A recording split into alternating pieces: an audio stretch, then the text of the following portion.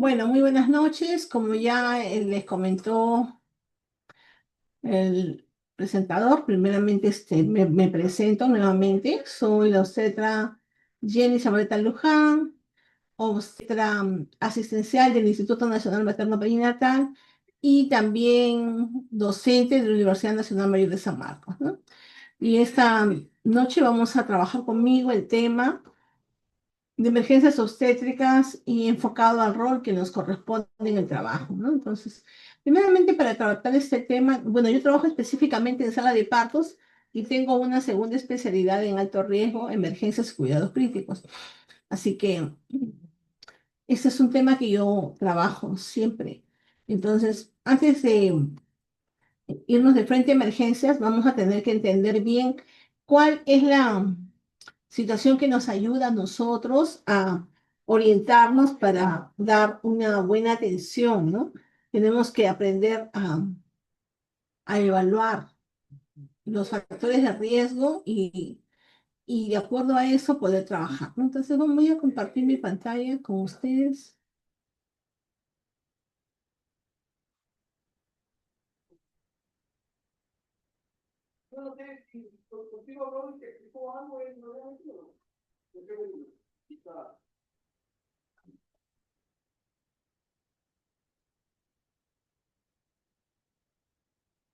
Ya, un momento, por favor, vamos a ver, comenzamos.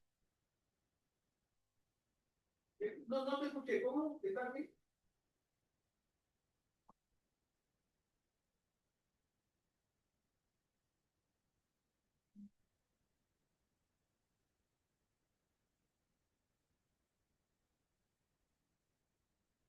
Ya, ahorita vamos a comenzar. Un momento. Por favor, cierra la puerta de tu papá. Acá escucho todo. Lee WhatsApp.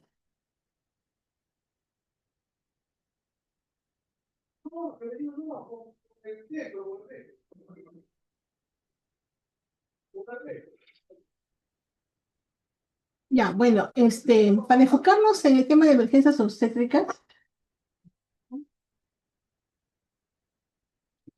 ya, lo primero que tenemos que hacer, lo que buscamos cuando hablamos de emergencias obstétricas, es detectar situaciones frecuentes de emergencia en embarazadas.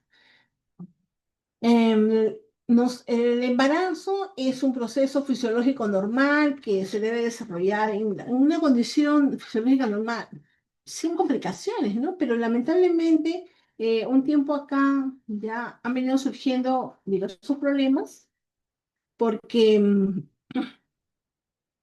los hábitos han afectado la salud de las mujeres. En general, ¿no? Ahora tenemos pacientes con sobrepeso que tienen anemia. Tenemos infecciones que se han ido generando y que no están tratadas de forma adecuada.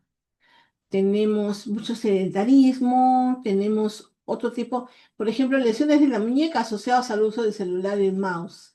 Lesiones de la columna, del cuello, la cervical asociadas al uso de estar, ¿no? Con el celular acá. Tenemos más sedentarismo, no camina, la gente no hace ejercicios, mucha publicidad y hay un abuso de comida chatarra. eh, es, Hemos perdido el hábito de cierto tipo de alimentos que tenían algunas cantidades de vitaminas que ahora tenemos que conseguirlas de manera diferente a lo que antes se consumía. Entonces, la situación ha cambiado y eso también ha afectado la salud de las mujeres y también va a influenciar en el desarrollo del embarazo. Entonces, el proceso fisiológico normal necesita un mayor acompañamiento, un mayor seguimiento y una vigilancia estricta para evitar complicaciones. Entonces, de ahí es que nosotros vamos a tener que trabajar para detectar situaciones frecuentes de emergencia en las embarazadas. Además, que debemos conocer la normativa y el manejo general y particular de cada situación. Y esto va a incidir en qué? En reducir las muertes y la mortalidad materna y causas evitables, ¿no? ¿Cuál es la situación real del manejo de las emergencias obstétricas en el Perú? El Perú es un país hermoso con mucha diversidad geográfica. Esa diversidad geográfica que es maravillosa para el turismo es contraproducente para la situación de salud. en el caso de nuestros pacientes, ¿no? Y en todos los casos, pero nuestros pacientes se pueden complicar más. Entonces, esa situación geográfica y alejada hace que tengamos un problema de atención demorada. La atención demorada en las emergencias obstétricas causa un serio problema porque está asociada a varios factores. Algunos es la falta de recursos humanos, ¿no? No se cuenta inmediatamente con el personal idóneo. Sabemos que en las zonas alejadas, las mujeres, perdón, el equipo de salud está, hay uno o dos personales nombrados y el resto son serum. Serum de enfermería, serum de obstetricia, serum de tecnología, serum médico. Y entonces, ¿qué pasa? El serum trabaja, tiene una forma de trabajo, trabaja 10 días y se va 10 días, o trabaja 15 días y se va 15 días, y entonces, y hay momentos en que los establecimientos cuentan solamente con médicos, solamente con obstetros, solamente con enfermera, o algunas veces dos de ellos, ¿no? Entonces, no se cuenta en el momento de la emergencia con el personal idóneo. Algunos son postas y solamente cuentan con un personal técnico. Tampoco se dispone de los materiales imprescindibles para dar una óptima atención. Falta de recursos, falta de dinero. Hace poco conversaba con un equipo de la red de Huacho. Lima, acá en Lima, Huacho, miren, acá cerquita, cerca de la capital. Y decía que tenían una ambulancia que había sido asignada por la municipalidad. ¿Por qué? Porque en el trámite de la donación le entregaron las ambulancias a la municipalidad. En la donación, perdón. En la donación le entregaron las ambulancias a la municipalidad. La municipalidad fue y le entregó al centro de salud, o sea, se las da para que la usen, pero el centro de salud debe correr con el combustible y con el chofer. Y el centro de salud explica que en la partida no puede pedir chofer ni combustible porque en el TDR, en el reporte, en el informe general, no figura que su establecimiento tenga una ambulancia. La cosa es que la ambulancia está ahí cuadrada, sin chofer, sin combustible, abandonada. Y la municipalidad no la arregla porque la está usando el centro de salud. Y el centro de salud no la arregla porque no figura en su patrimonio. Cosas de locos, pero eso es lo que pasa en el Perú. Y eso está cerquita acá. En otros lugares peor, ni siquiera hay ambulancia ni hay nada, ¿no? Entonces esas cosas pasan. Además, según los niveles, no contamos con métodos o exámenes sociales necesarios. Por ejemplo, no hay ecografías.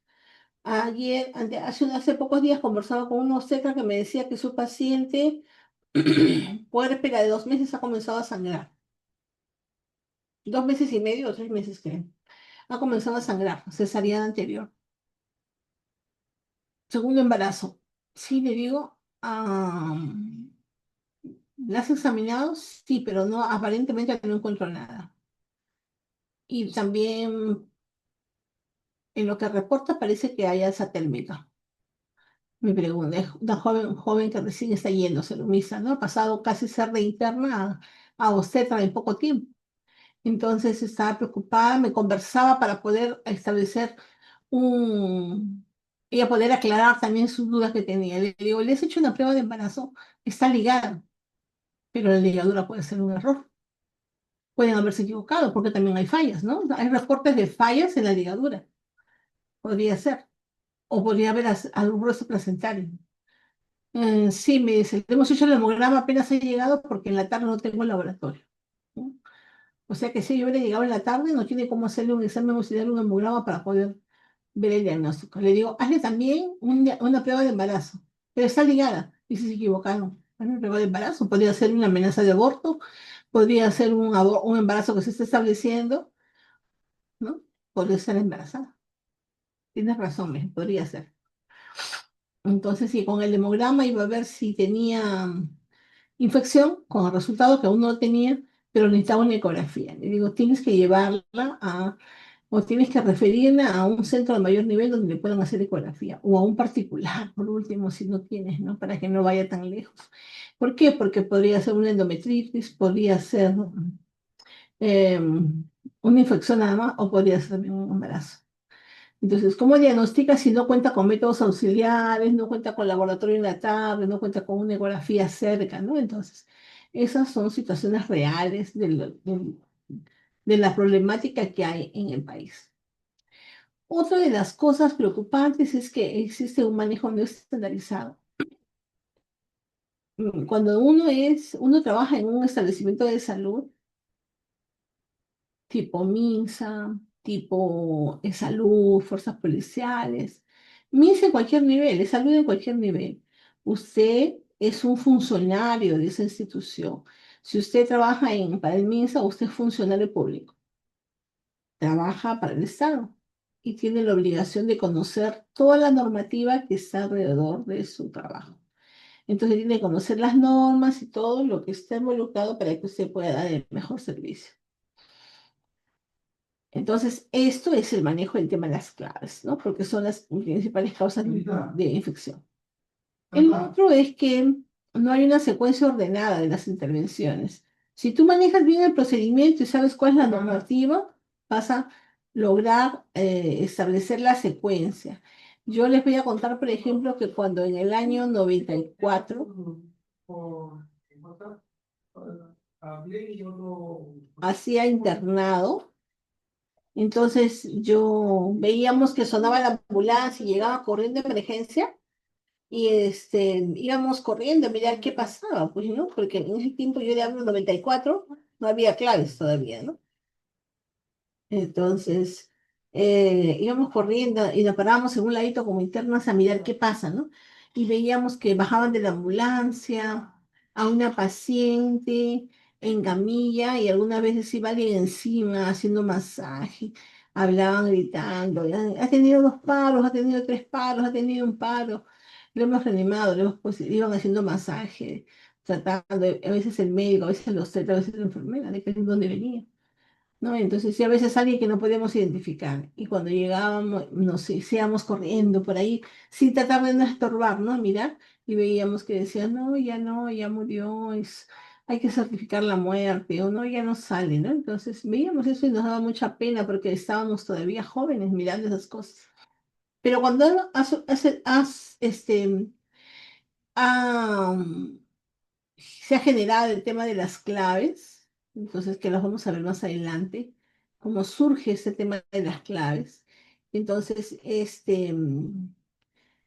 ya llegan con un protocolo, una secuencia ordenada, entonces ya tú sabes en qué paso está y tienes que continuar. Los minutos, el tiempo es valioso para ese manejo. Y eso, ese esquema de claves, esa estandarización ha permitido que se puedan salvar más vidas, ¿no? Entonces, otro de los problemas es los pacientes familiares se consideran maltratados. Pero ¿por qué es este tema? Porque hay carencia de información oportuna y hay deficiencia en las relaciones interpersonales, ¿no? El personal de salud se cree el Dios.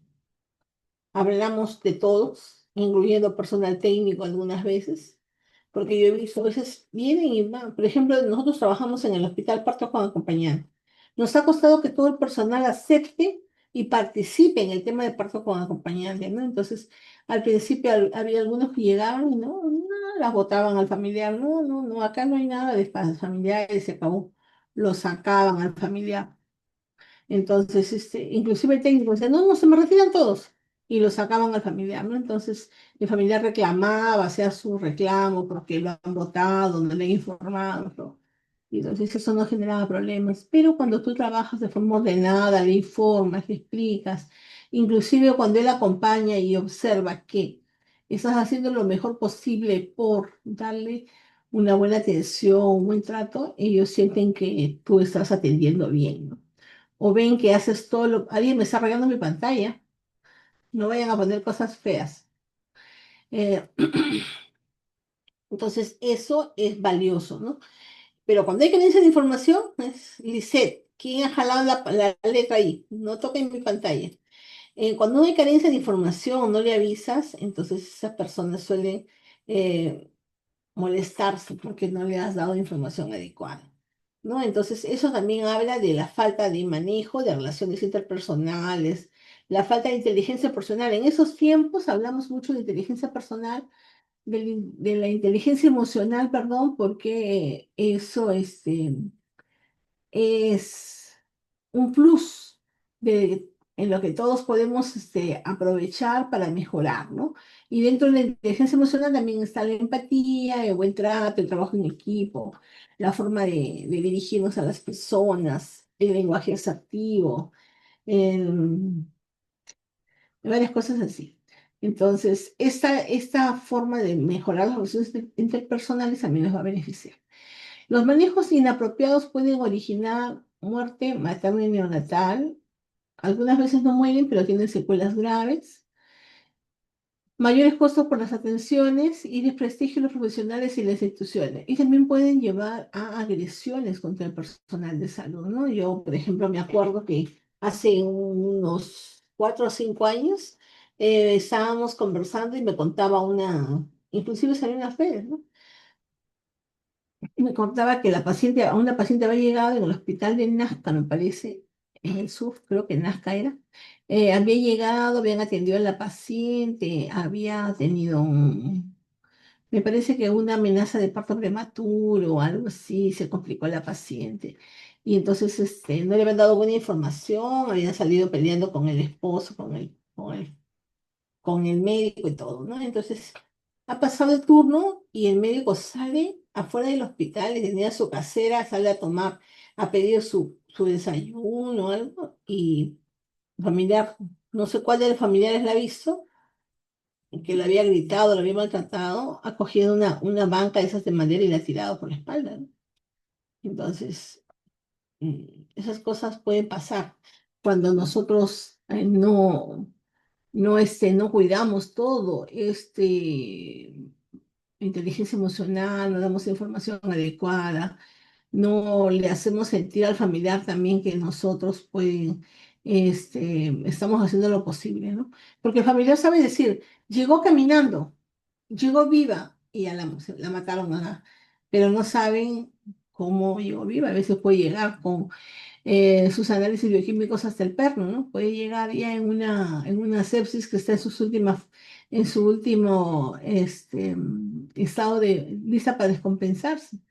Ellos no lo saben, pero nosotros sí, nosotros debemos explicarle.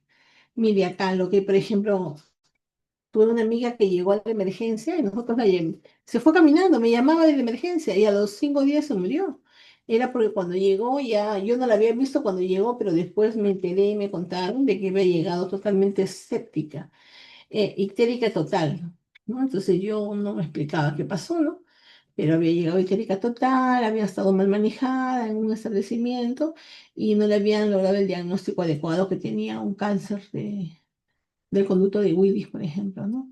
Ya no le podían hacer la paroscopía, no podían entrar con el equipo para ver, no podían hacer nada, sus bioquímica estaba destruida y llegaba caminando porque, no sé, Dios es grande, porque todavía no se acababa de descompensar, pero y se murió, ¿no? Y hay cosas así, ¿no? A veces nosotros vemos y dicen, ¿pero por qué? ¿Qué pasó?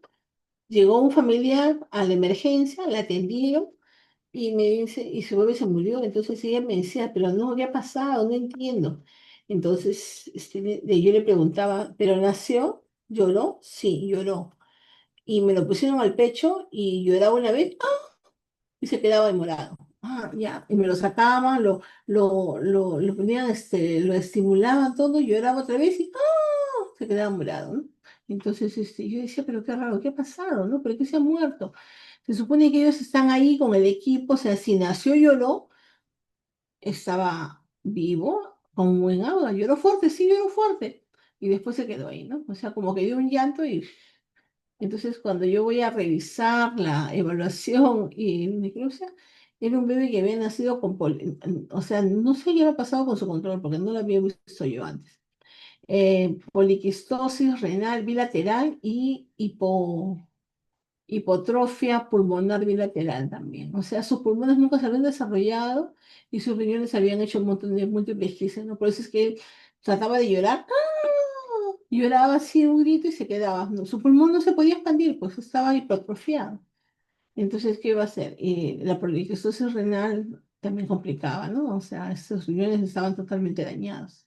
y se murió pues el bebito, ¿no? Entonces, el que no sabe, el que no ve los análisis, dice lo manejaron mal, lo mataron, se lo robaron al niño, lo tienen para sacar los órganos, cosas, un montón de ideas y mitos que pueden tener, pero si no lo explico yo entonces tendré que llamar a la familia y decirle, mire, esto es lo que ha pasado, este es el informe del médico, dice esto acá para que puedan saber qué cosa ha pasado, ¿no? Entonces, pero no me voy a poner agresivo, si se ponen molestos, lloran, me insultan, tendría que tener paciencia, porque en el momento de la crisis, del dolor, la gente puede actuar de diferentes formas, ¿no? Todos asumimos la pérdida de diferentes formas. Algunos se quedan mudos, algunos gritan, algunos lloran, algunos agreden, algunos insultan y tendremos que ver la forma de apoyarlos para que salga la situación más tranquila, ¿no?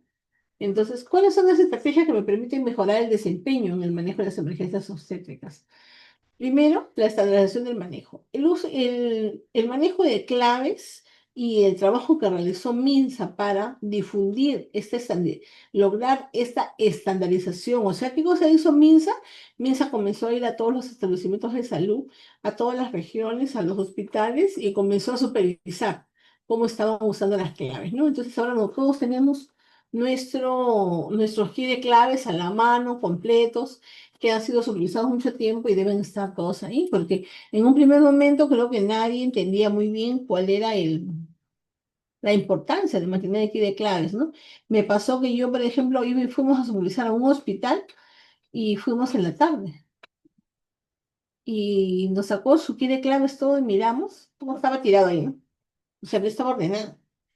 Eso lo observamos, que debería estar todo así como en cajitas y divisiones para que esté acá y tú no pierdas tiempo revolviendo todo para buscar o vacías todo para ver qué encuentro.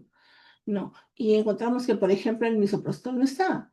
Entonces, y el misoprostol, sí, está en la vitrina. La llave no tiene la llave, la jefa lo tiene. Y la jefa se va a la una y no vuelve hasta el día siguiente. Entonces, si se tiene una emergencia, ¿de qué vale que esté en la vitrina? Rompe el vidrio. Podría ser, pero entonces todo ese trabajo hemos realizado. Hemos hecho simulación porque fui un par de veces, solamente un par de veces. No convenía mucho porque tú ibas ah, como como una designación de trabajo para el MINSA, ibas como un personal de apoyo y tenías que volver a devolver tus guardias, o sea, no te reconocían la guardia, no me convenía. Y encima no te pagaban, ¿no? Te pagaban tu gasto, tu viático, tu comida, tu hospedaje, pero no recibías ningún sueldo. O sea, al final, bueno, te ibas como paseo, pero trabajabas todo el día, toda la noche. En la noche me hacían revisar los protocolos, ordenar el trabajo. No, ya no me gustó. Muy estresante, muy agotador. Y, y encima perdía porque tenía que llegar a trabajar mis turnos amontonados, ¿no? Entonces, no era muy conveniente. Pero sí, entonces en estos viajes tú am, hacías también el rol de simulación. Recién en ese tiempo, yo ya como obstetra de varios años, he entendido la importancia de la simulación en el tema de las claves. Antes nunca me gustaba y me parecía, y lo digo sin miedo ni vergüenza, porque era la percepción que tenía, me parecía una pérdida de tiempo, pero cuando he capacitado en claves y he entendido la necesidad de adecuar los recursos que tiene cada establecimiento con la estrategia del manejo, entonces he aprendido a valorar esa parte, ¿no? Entonces es importante. Además que se hizo también otra estrategia que permite mejorar el desempeño en el manejo de las emergencias, es la creación y fortalecimiento de los servicios de emergencia obstétrica y neonatal en los centros de salud, ¿no? Con esta forma de simulación, de capacitación, de juego de roles, de ir entrenándonos como hacemos con lo que contamos, ¿no? Además, la capacitación permanente al personal profesional y técnico, el reforzamiento del trabajo en equipo, pero que permite el manejo de las emergencias obstétricas por clave, ¿no? Esta es una tasa antigua, pero sigue siendo, nosotros tenemos este, las hipertensiones como las primeras causas en muchos países nosotros tenemos hipertensión y hemorragia como las primeras causas de muerte y mortalidad materno-perinatal, ¿no? ¿Cuáles son las patologías del primer trimestre? En el primer trimestre, los motivos de consulta por emergencias, lo más frecuente hasta la semana 12 es sangrado, ¿no? Viene por sangrado. ¿Y cuáles son las causas de hemorragia del primer trimestre? Es aborto, embarazo ectópico y enfermedad trofoblástica, ¿no? Más común es que todo aborto. Entonces, en el segundo y tercer trimestre tenemos ya sangrado, pero también hipertensión arterial, ¿no? Eh, de diferente nivel. En el sangrado, la amenaza de parto pretérmino, el RPM que puede estar asociado a sangrado también, a contracciones, y las hemorragias del segundo y tercer trimestre del embarazo, que pueden estar asociadas a DPP, a ruptura uterina también, a placenta de extensión baja, o trabajo de parto ya, ¿no? Como ya dije ahí, placenta previa, DPP, y los síndromes hipertensivos del embarazo que pueden ser a diferentes niveles, ¿no? Como solamente hipertensión gestacional, pueden ser preeclampsia leve, severa o una eclampsia ya. Las metrorragias van a darse en el 2 al 5% de embarazadas, estas van a sufrir hemorragia en algún momento de la segunda mitad del embarazo, y las principales causas se pueden clasificar en antes y durante el trabajo de parto. La mayoría de casos no se identifica la etiología, quedando clasificada como idiopática, ¿no? Entonces, podemos pensar, algunas veces el cuello uterino comienza a sufrir el estrés para dilatarse, para adelgazarse, comienza a sangrar un poco, ¿no? Y la paciente puede confundir también ese sangrado. Hay muchas investigaciones sobre cómo valoramos y cómo atendemos y cómo afrontamos y la percepción de esto acá. Yo les he traído algunas para que veamos la medicina basada en evidencia. Dice acá, esta investigación se llama nivel de conocimiento sobre el manejo de las claves obstétricas en internos de la ciencia de la salud y la reacción frente a las emergencias obstétricas en el Hospital de la Amistad Perú-Corea, Santa Rosa, Piura, en el año 2018. Es un trabajo de maestría. Ellos hacen una investigación correlacional experimental transversal donde se contó con una muestra de 66 internos de medicina y obstetricia. Y la técnica de recolección de datos fue la encuesta y como instrumento un cuestionario. El resultado fue que el coeficiente Rode-Spearman entre las variables, conocimientos claves y reacción a emergencias en 60 internos fue el 0,2, valor que señala una correlación baja y positiva directa, y el valor de P, el 0,052. Ellos concluyen que a pesar de tener una buena reacción frente a las emergencias obstétricas, el conocimiento sigue estando en niveles medios bajos. Este es otro trabajo realizado sobre el nivel de conocimiento sobre las principales emergencias obstétricas, hemorragia postparto, trastornos hipertensivos en interno de obstetricia de la maternidad y del Instituto Nacional Materno Perinatal, de enero a junio de 2015. Ese fue una investigación hecha para título. Entonces, ellos hablan de la hemorragia durante el posparto y los trastornos hipertensivos del embarazo. Esas dos patologías son las que estudian, ¿no? Hablan de los resultados. Dice, los internos de obstetricia resultaron principalmente con un nivel medio en el conocimiento diagnóstico, que fue el 59,7%. En el manejo, un poco más desarrollado, 69,4%. Y en las medidas preventivas, 54,8% para la hemorragia durante el postparto.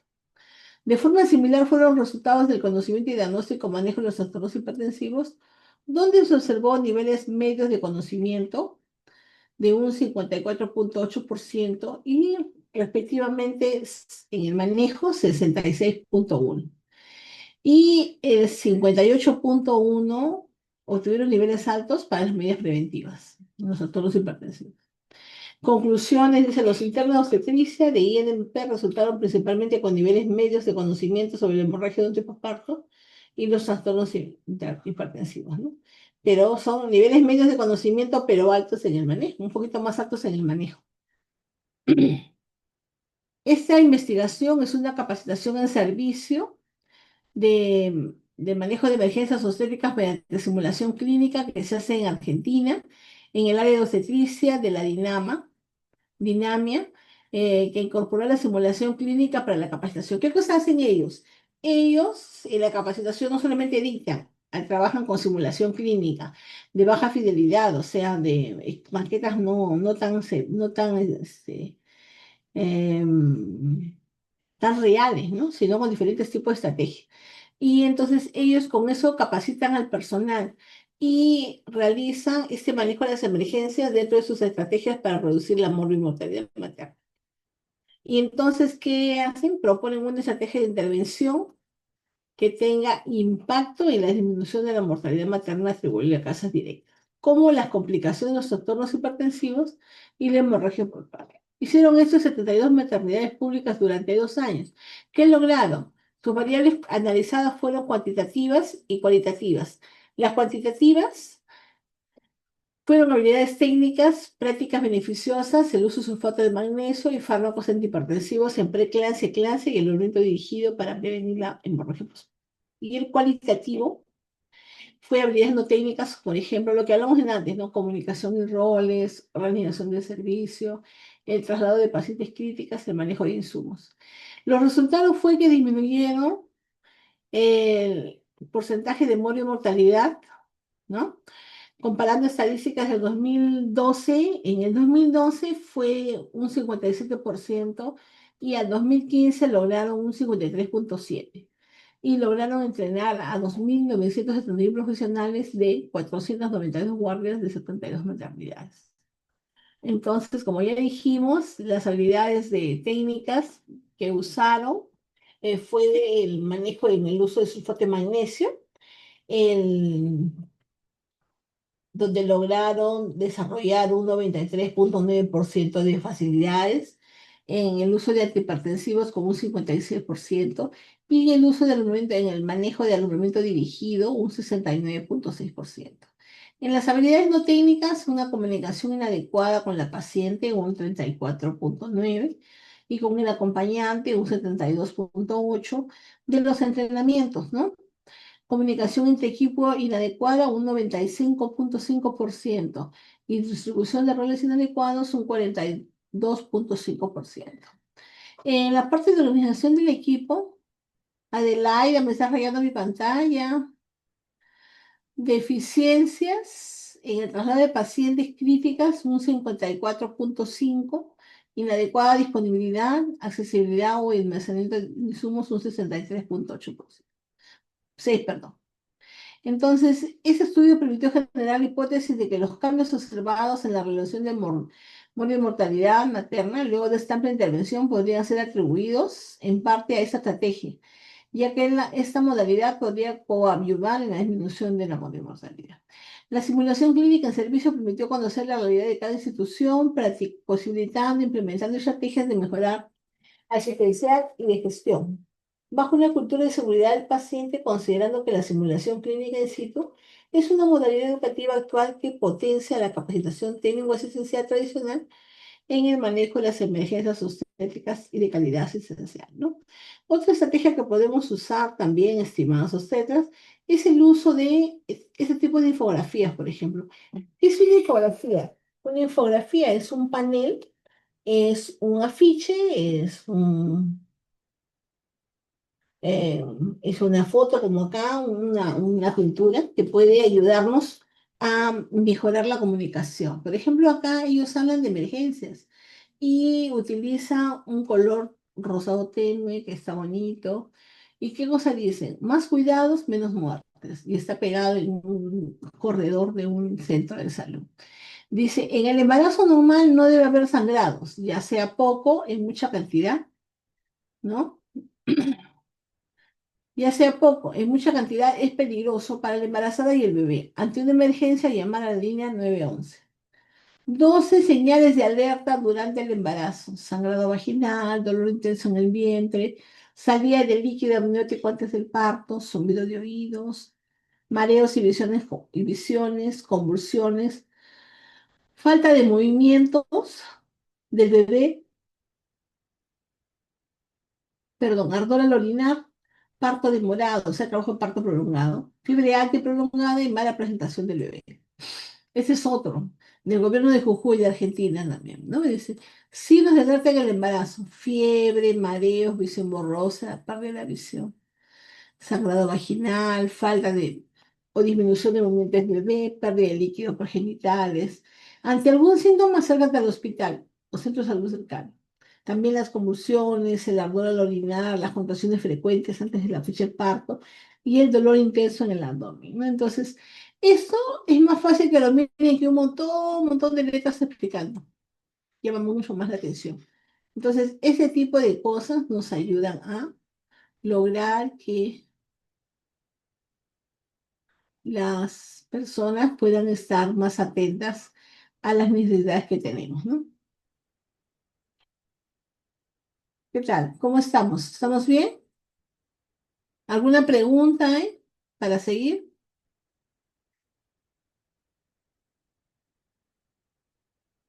¿No? ¿Todo está bien?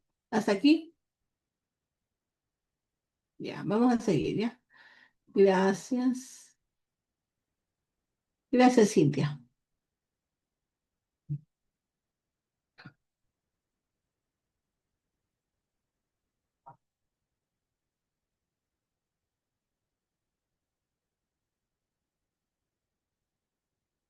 Entonces, hemos entendido, deberíamos hacer primero factores de riesgo. Segundo, ah, a ver, otro repetir, repetir, factores de riesgo.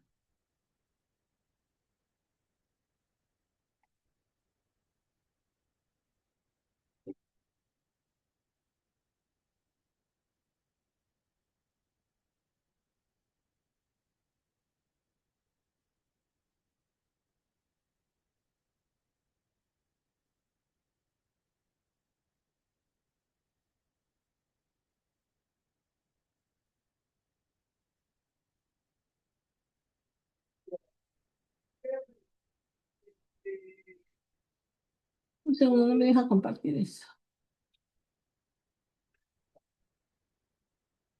A ver, vamos a compartir de nuevo. No está dejándome compartir y ahora sí. Ya. Entonces?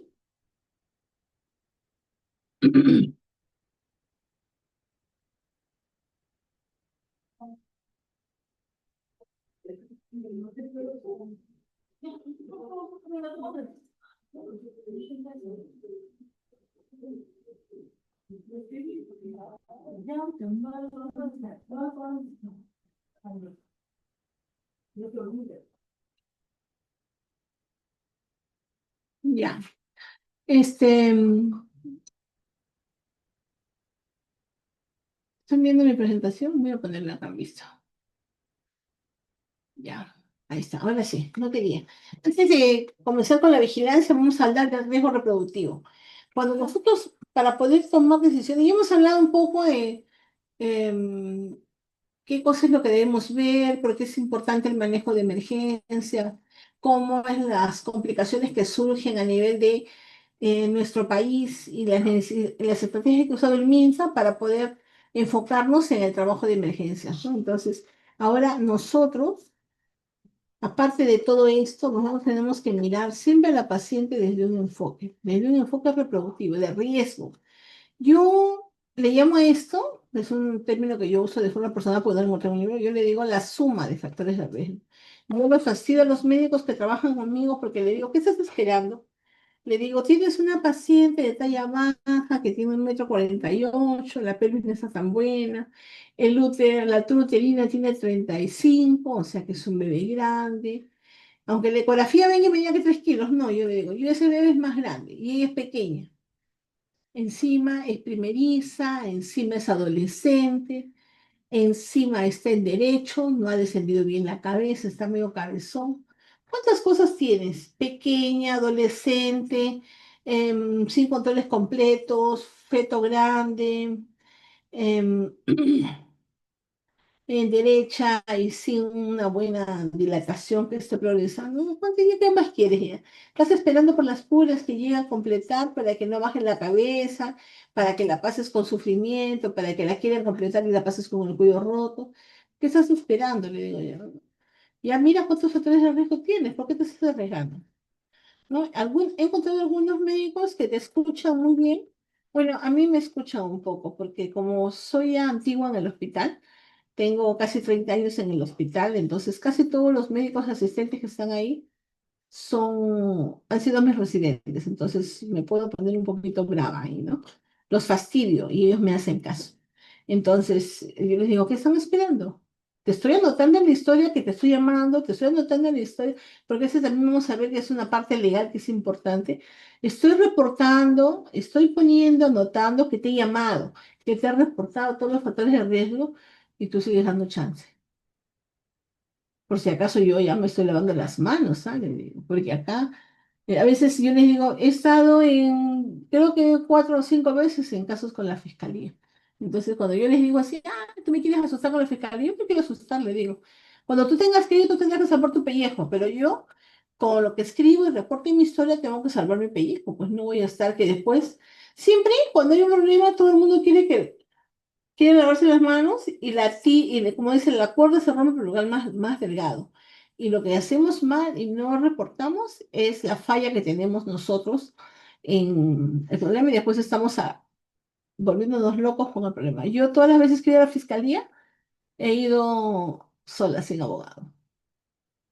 Y he salido limpia de polvo y paja. Una sola vez he tenido problemas. Pero bueno, entonces acá vamos a ver el enfoque de riesgo que tenemos que ver para estos casos, o sea, cómo debemos ir evaluando y viendo la situación de los pacientes. Entonces, el riesgo reproductivo siempre es un factor cuando una mujer queda embarazada. Factor positivo, un factor negativo, pero es un factor importante para cuando una mujer queda embarazada. Entonces, vamos a ver factores de riesgo y enfermedades prevalentes en el embarazo, ¿no? ¿Cómo repercute? Un factor de riesgo es toda característica de una persona o un grupo que está asociado a una probabilidad mayor. O sea, ¿qué quiere decir? Que este factor de riesgo va a hacer que esta persona tenga mayor riesgo de hacer una complicación asociada a ese factor de riesgo, ¿no? Y que esto nos lleve a la aparición de un proceso patológico de evolución especialmente desfavorable en este proceso. ¿Qué cosa es riesgo? Riesgo es la probabilidad que tiene un individuo o un grupo de sufrir un daño. Y el daño es el resultado, afección o situación no deseada, en función del cual se mide el riesgo. Siempre que hablamos de riesgo en este contexto, significamos riesgo de padecer tal o cual daño, que es el resultado no deseado. Entonces, esta clase, este PPT, es en base a la publicación que hace el CLAP en el año 2011. Pero esto no necesita actualizarse. Esto no ha cambiado, porque seguimos teniendo los mismos problemas de hace muchos años. El trabajo de parto, así como es, no ha cambiado. Los factores de riesgo se han incrementado. La problemática se ha incrementado, pero el trabajo de parto es igual. Entonces, acá en este tema también estamos en lo mismo. La edad, en los factores de riesgo, la edad tiene mucho que ver, ¿no? La edad de la mujer y especialmente las edades en los extremos de la vida reproductiva son un factor que es asociado desde hace mucho tiempo con resultados adversos maternos neonatales. Uno, la edad materna avanzada. Hace muchos años era considerada 39 años, ahora es 35, mayor a 35, ¿no? La edad materna avanzada se le ha asociado con mayor riesgo de sufrir hipertensión y diabetes, que a su vez condicionan mayores chances de sufrimiento fetal agudo y crónico, ¿no? Entonces, mientras la mamá ya está en edad materna avanzada, más riesgo de hipertensión y diabetes.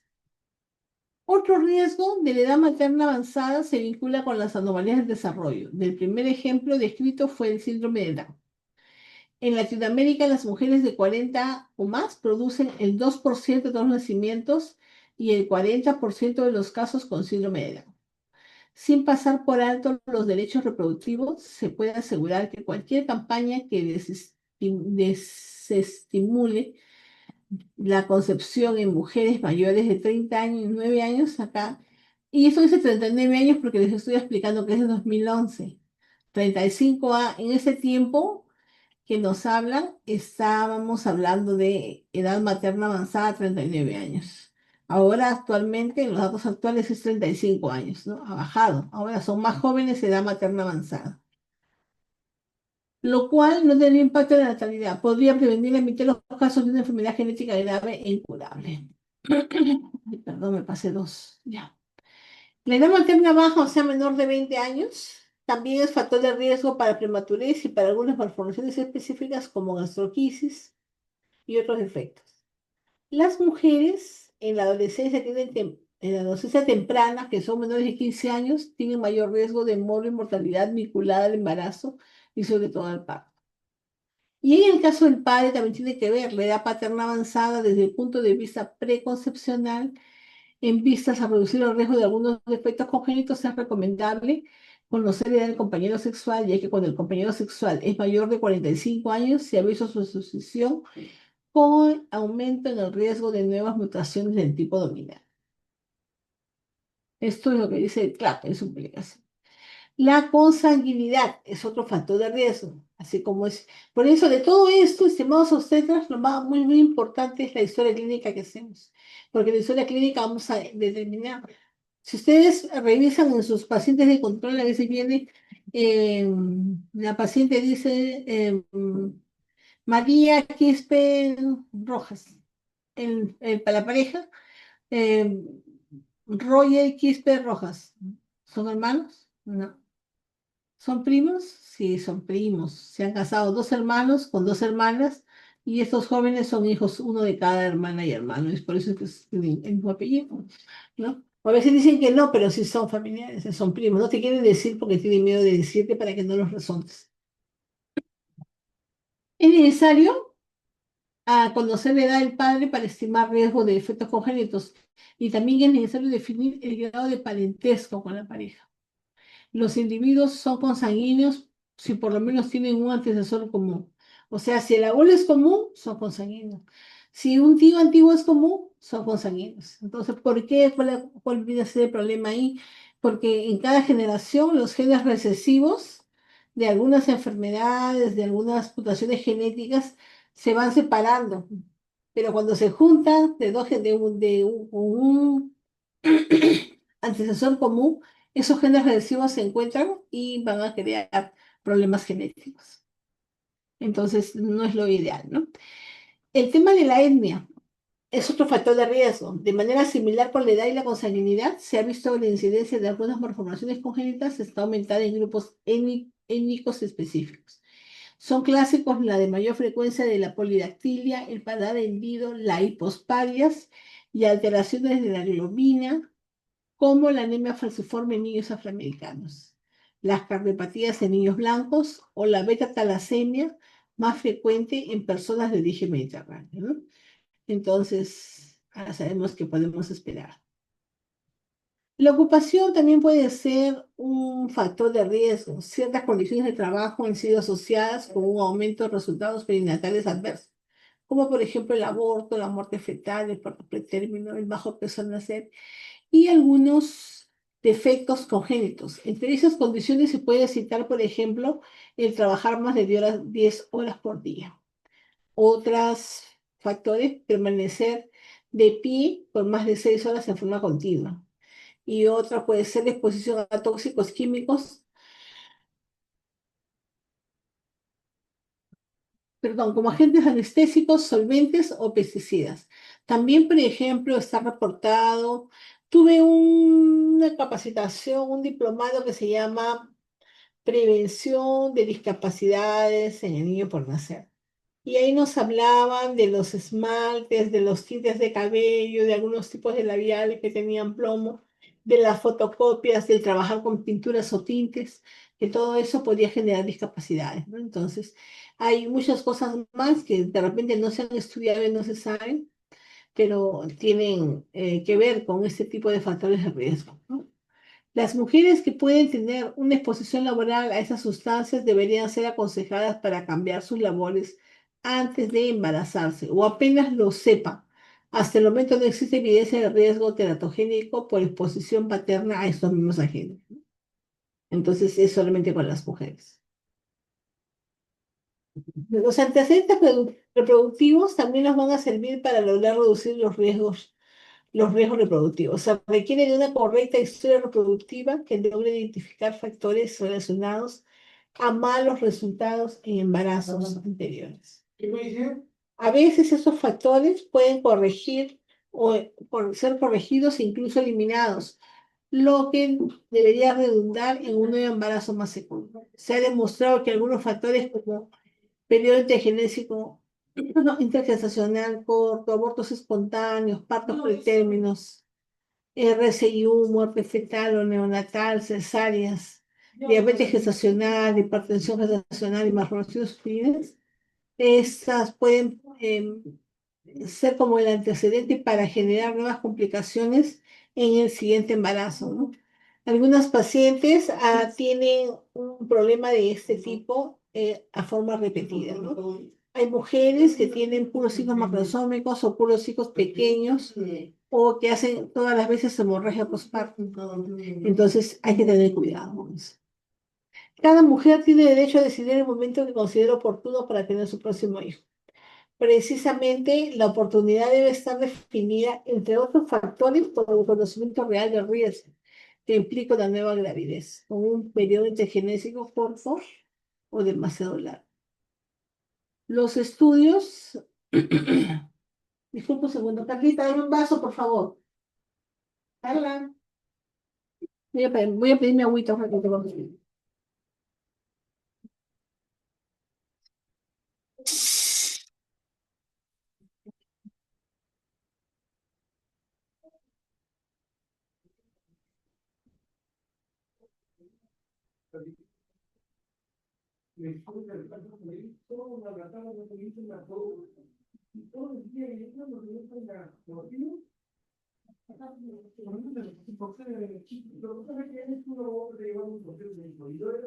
Y a la vez le hizo un proceso que estamos haciendo ahorita, ¿ya? Bien, y no sé por qué las cosas están llegando a la universidad, pero todo lo malo, a los abogados. ¿Ya? Y justo por eso que yo llamo a Jamie y estamos haciendo ahorita con él sobre la fase de que no es una tienda, aunque se puso de que también. Son el 20, 30 y 30% de todo. ¿Ya? Y él, por lo sea, tendremos que ir en el estudio de la ahorita ya una señal que la verdad es ya que me tranquilizó, me dijo mejor, pero tú no me digas todo la sangre no me digas. Yo lo que sé, pero no, yo sé bloqueado bien, yo sé bloqueado. Yo creo que bastante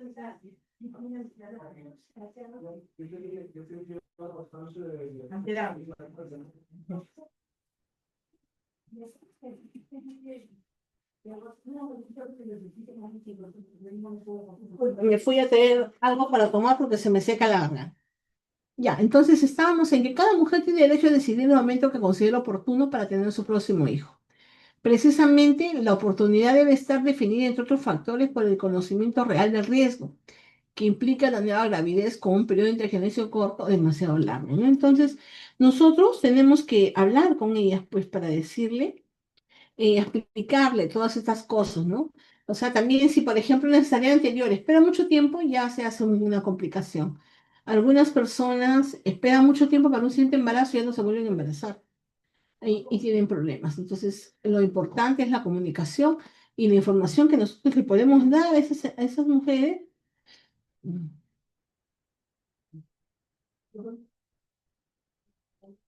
¿Ya? Los estudios disponibles hasta ahora nos van a ayudar a establecer el intervalo intergenésico ideal luego de un hijo nacido vivo. No son suficientes por el momento, o sea, no hay, hay consensos que han llegado y acá lo vamos a ver, pero no hay claro para cada mujer cuál es el tiempo adecuado, ¿no? Todos los estudios que se han hecho no hay nada claro, de tal forma existen evidencias que sugieren que un intervalo menor a 18 meses comporta un mayor riesgo de mortalidad materno-perinatal, mientras que otros autores sostienen que el riesgo hasta los 27 meses.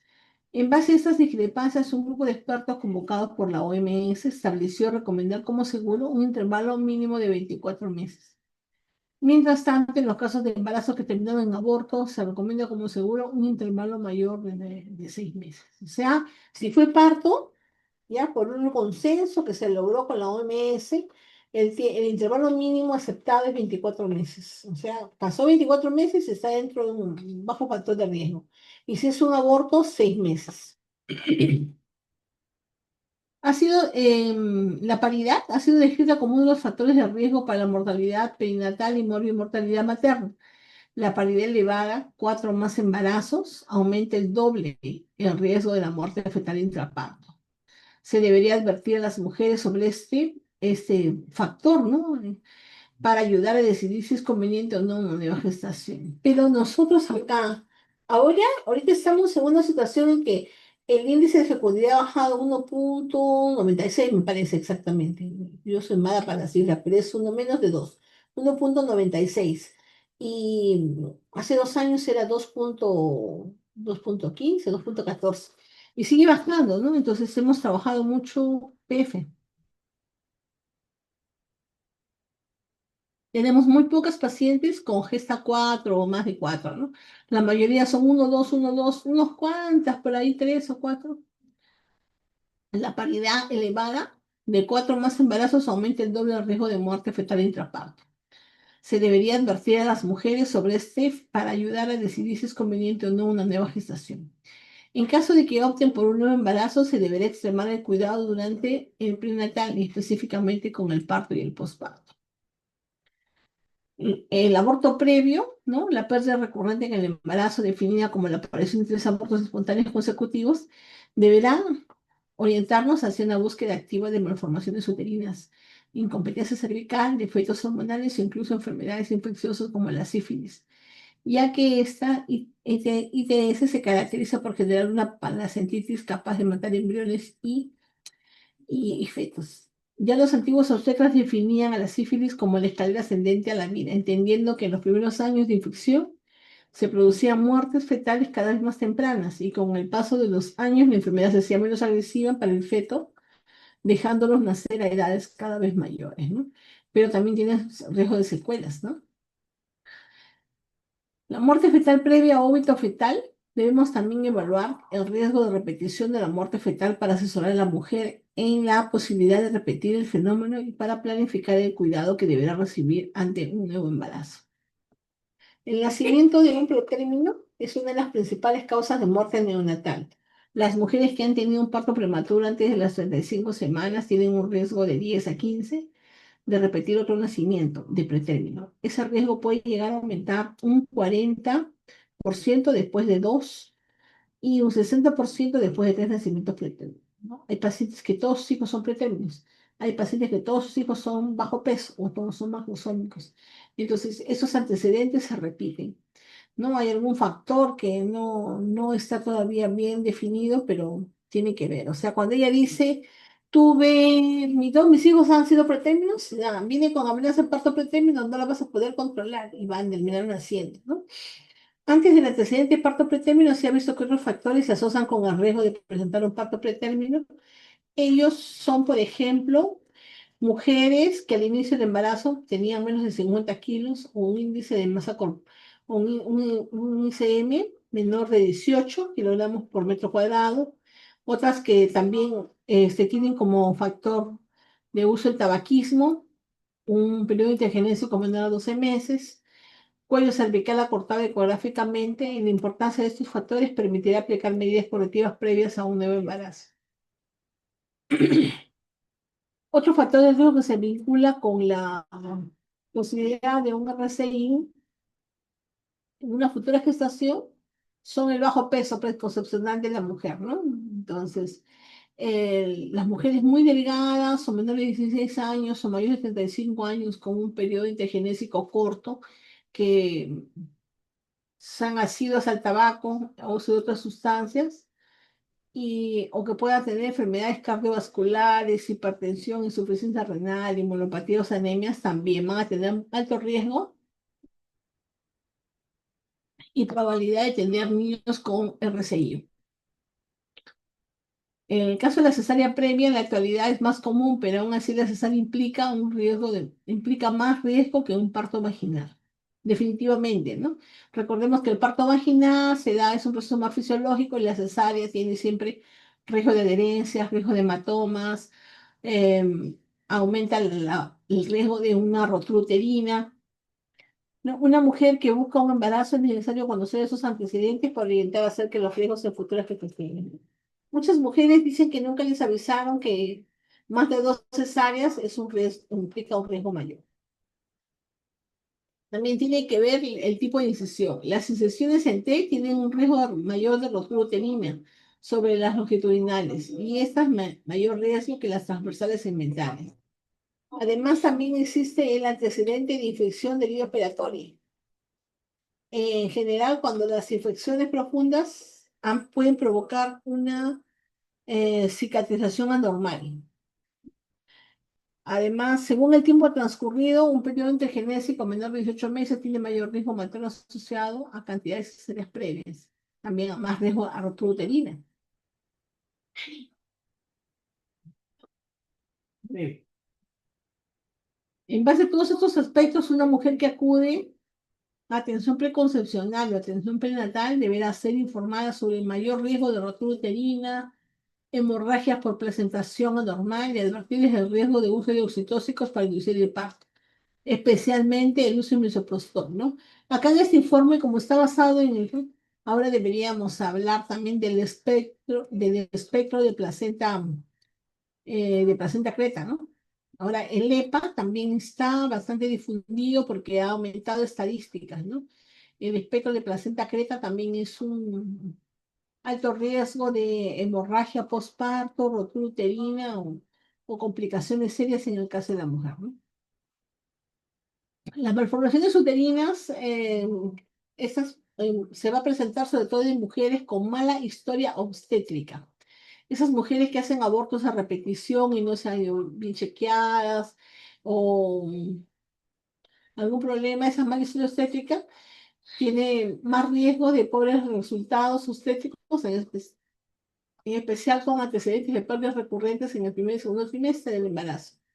Se estima que cada 4 mujeres con pérdida recurrente del embarazo puede presentar una anomalía uterina. Las anomalías más frecuentes son la hipoplasia uterina y los tabiques intrauterinos. Además, las historias clínicas de pérdidas recurrentes se inician con contracciones uterinas prematuras espontáneas, a diferencia que las incompetencias cervicoísmicas, donde el parto o el aborto suele iniciarse y hasta producirse sin contracciones, permite sospechar una anormalidad uterina. Hay estudios imagenológicos como la ultrasonografía, la histerosalpingografía, la tomografía axial computarizada y hasta la resonancia nuclear magnética que permiten aproximarse al diagnóstico. Una vez establecido el diagnóstico, la decisión deberá ser evaluada con la mujer, su pareja, si la hay, y con el especialista.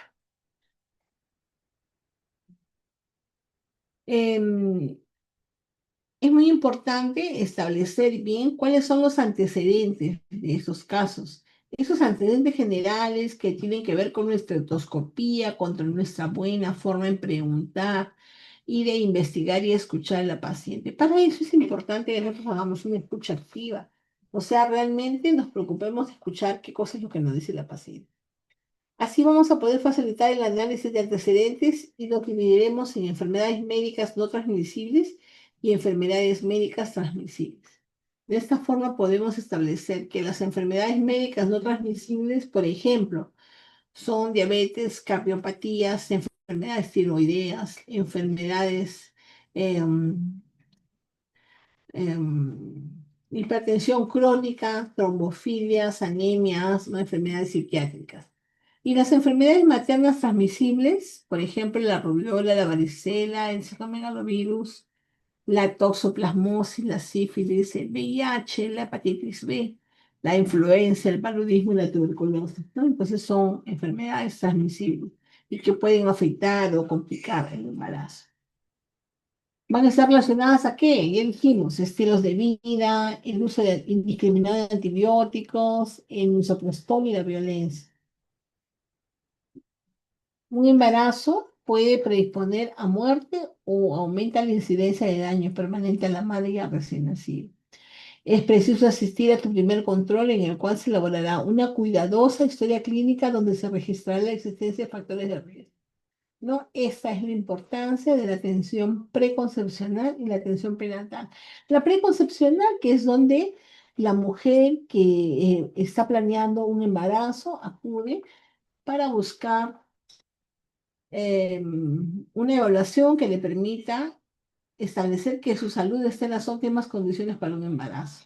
Va a recibir sus análisis, va a ver su estado de hemoglobina, va a ver el riesgo de infecciones, va a comenzar a tomar su ácido fólico para preparar su organismo para el embarazo.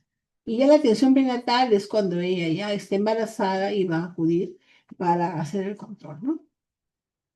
Bueno, acá les comparto esta tarjetita, la recibí cuando estaba, creo que cuando acompañé a mi hermano a su graduación de quinto año. No me acuerdo de si de primaria o secundaria, pero me sirvió en muchos momentos y me parece que es un mensaje muy lindo. Dice, nunca seré feliz si no controlo mis sentimientos, si estropeo mi jornada por una raya en el coche, por una palabra airada en casa, por un error profesional, por un resultado adverso.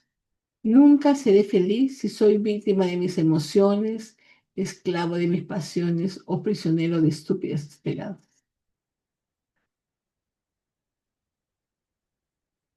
¿Mm? Me parece un muy buen mensaje.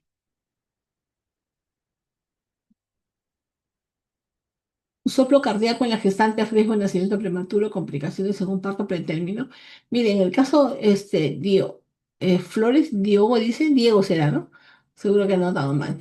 Un soplo cardíaco debe ser evaluada aún, en todo caso, con un cardiólogo. Si siempre que una paciente tenga una enfermedad eh, de cualquier tipo, por ejemplo, si son enfermedades endocrinas, debe estar chequeada siempre con su endocrino, la diabetes, la enfermedad tiroidea, debe estar.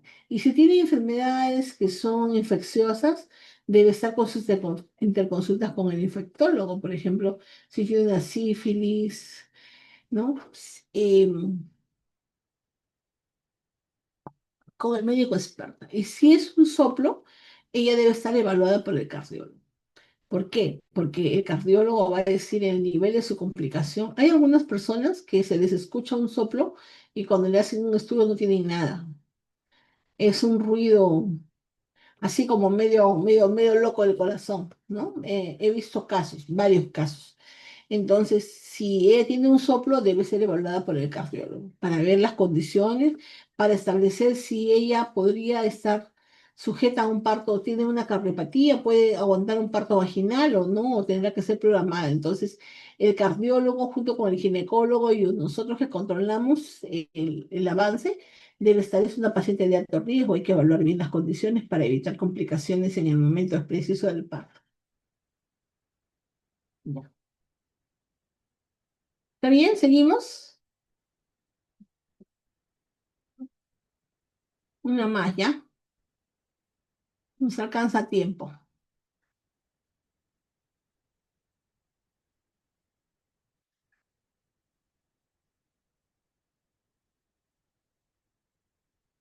Ya. Acá tenemos ya. Las emergencias mayormente se van a presentar en el momento del parto, ¿no? Entonces tenemos acá una paciente acompañada que está en su trabajo de parto y todas ellas están acompañadas para... Entonces, ¿qué cosa implica la vigilancia materno-perinatal? En francés la palabra vigilancia significa literalmente mirar por encima. O sea, ¿qué hago? Yo vigilo, estoy mirando y si estoy mirando por encima, estoy mirando todo. O sea, mi visión de vigilancia es observar todo, manejar todo con mi vista. El término vigilancia suele aplicarse a toda forma de observación o monitoreo. Entonces, vigilancia y monitoreo son sinónimos.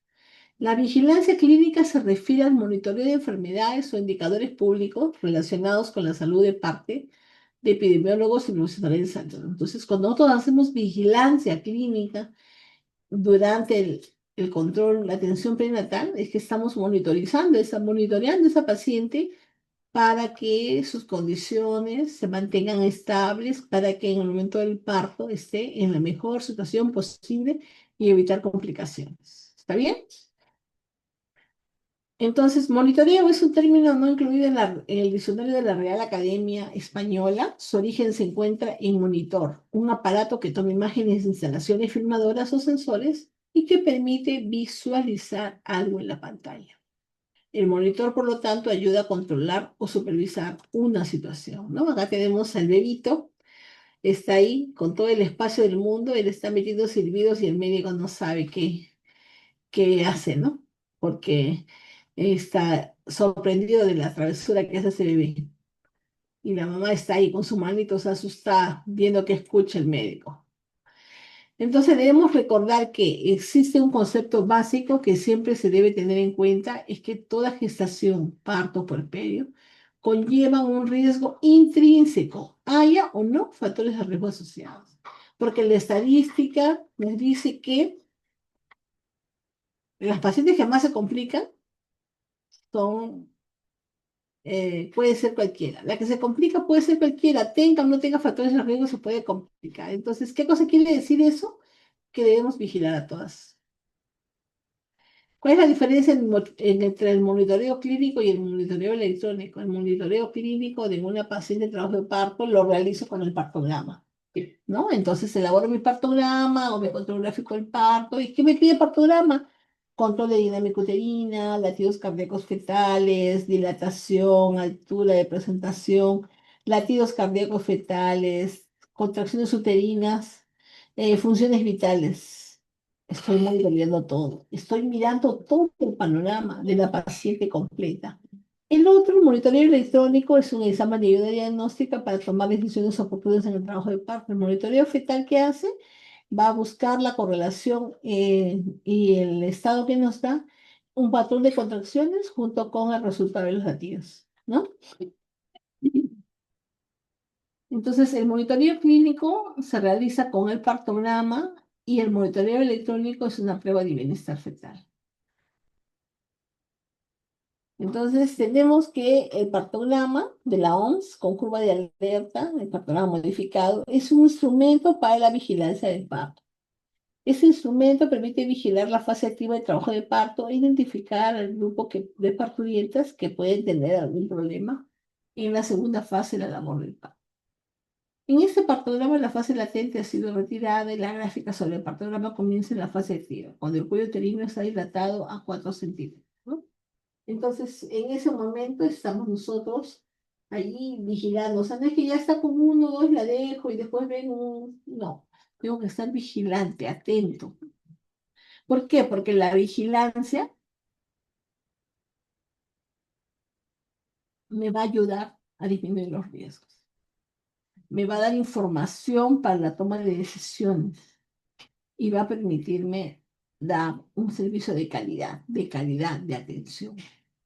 Entonces es importante las decisiones que yo tomo, pero las decisiones son en base a lo que yo he vigilado, he controlado.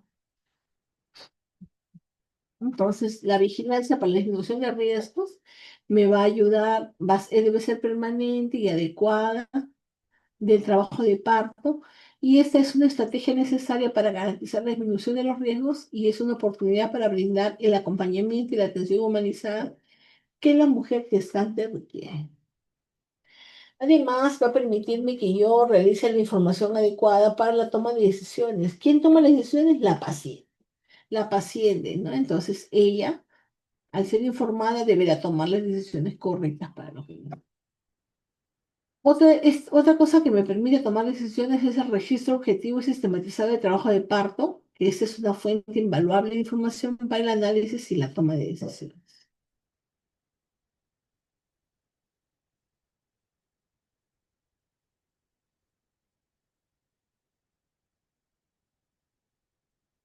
El partograma del que hablábamos es el instrumento para la evaluación de la calidad de atención brindada por los servicios obstétricos, ¿no? Tenemos diferentes formas, partograma, que es el formato para el registro objetivo y sistematizado de trabajo de parto, la vigilancia materna y fetal, que implica un cuidado continuo provisto de durante el trabajo de parto, con la identificación oportuna y la aparición de riesgos y complicaciones. Y en este partograma vamos a estar pendientes con la línea de base, que es a partir de la cual se construye la curva de alerta. Tenemos una curva de dilatación, una curva de alerta, ¿no? La curva de dilatación es la línea que muestra la evolución de la dilatación del cuello uterino para una paciente determinada, o sea, cómo va progresando esta paciente, ¿no? Yo evalúo y marco, evalúo y marco, evalúo y marco y después uno esas líneas. Y la curva de alerta es la línea que se construye al inicio del trabajo de parto activo, o sea, a partir de 4, según los tiempos definidos por las condiciones maternas específicas, ¿no? ¿Cuánto avanza? Avanza 1 centímetro por hora. Y esta curva de alerta representa el percentil 90 de la dilatación de una población potencial. O sea, esta curva ha sido elaborada por el CLAP, por el área de CLAP de OPS, y ellos han elaborado y han dado esta curva. Y esta curva nos ayuda a poder determinar las distocias o las probabilidades que tiene la mujer de complicarse, ¿no? Entonces, esta curva de alerta, como dije, como se dice acá, comienza en 4, más o menos avanza 1 centímetro por hora. Miren, acá 4 es en una hora, pasa una hora, cada cuadradito es media hora. Una hora llega a 5, en la otra hora llega a 6, en la otra hora 7, así. Entonces demora, ¿no? 5, 6, 7, 8, 9, 10. Demora 6 horas esta línea. Ahora, ¿por qué hay una línea de acción aquí? En la línea de alerta es sobre donde comenzamos a registrar. Comenzamos, está en 4, comenzamos a registrar en 4. Pero si la dilatación va poniéndose más lenta, al final cuando marco voy saliéndome, voy a estar entre la línea de alerta y la línea de acción. Mientras más se acerca a la línea de acción, está teniendo mayores problemas. Y yo debo, como dice la línea, tomar una acción para solucionar eso. Pero si está hacia arriba y está junto a la línea de alerta, entonces yo puedo decir que está progresando de forma adecuada a la dilatación que tiene. Entonces, este programa que implica una clase completa para poderles explicar bien, es así. ¿Cuáles son las pruebas de bienestar fetal que puedo indicar o realizar a la paciente para poder mejorar y establecer los riesgos que puede presentar? Primero, puedo enseñarle a hacer el manejo, el autocontrol de movimientos fetales, ¿no? Entonces, la paciente en un momento en que está tranquila, un poco alejada de las comidas, ella puede, con una libreta en la mano, controlar en una hora determinada, cuántas veces se ha movido el bebé. Y hace su control diario de movimientos fetales, ¿no? Y después ya vemos cómo va. La otra cosa son las pruebas bioquímicas, el dosaje materno de alfa-fetoproteína y el dosaje de estriol en orden de 24 horas, ¿no? Esas son las pruebas bioquímicas que necesita para una evaluación. Tenemos también el monitoreo fetal electrónico, donde trabajamos con el test no estresante, el test estresante y el monitoreo intraparto. Después de eso sale un resultado que va hasta el final, ¿no? Para poder chequear a la paciente.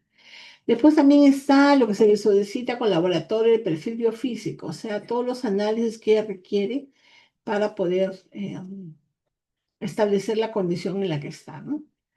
Y al final, ecografía Doppler color.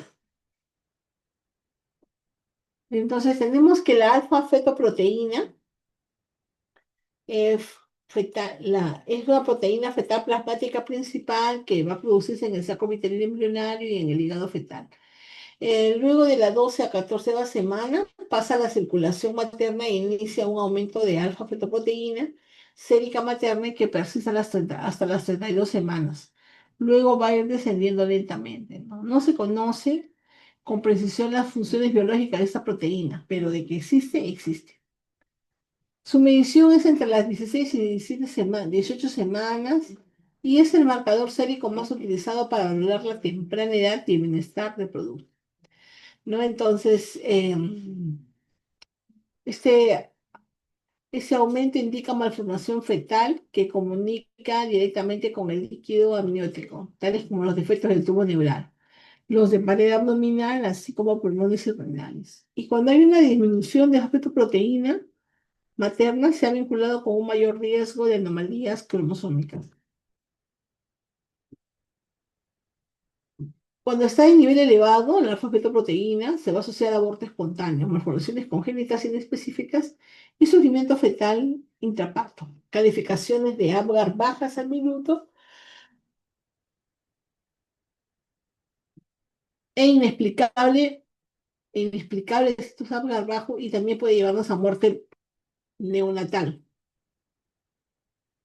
sin tener aparentemente ninguna respuesta clara. De acuerdo a lo que hemos hablado, la cuantificación de alfa-fetoproteína sérica esté elevado baja serie para alertar al clínico y para que con un buen juicio determine la necesidad imperiosa de otros estudios que confirmen el derecho o desechen el riesgo fetal, ¿no? Bueno, la alfa-fetoproteína acá yo estuve averiguando en los estadísticos no le indican porque no hay reactivos, ¿no? Si no hay reactivos más básicos, menos esos más caros.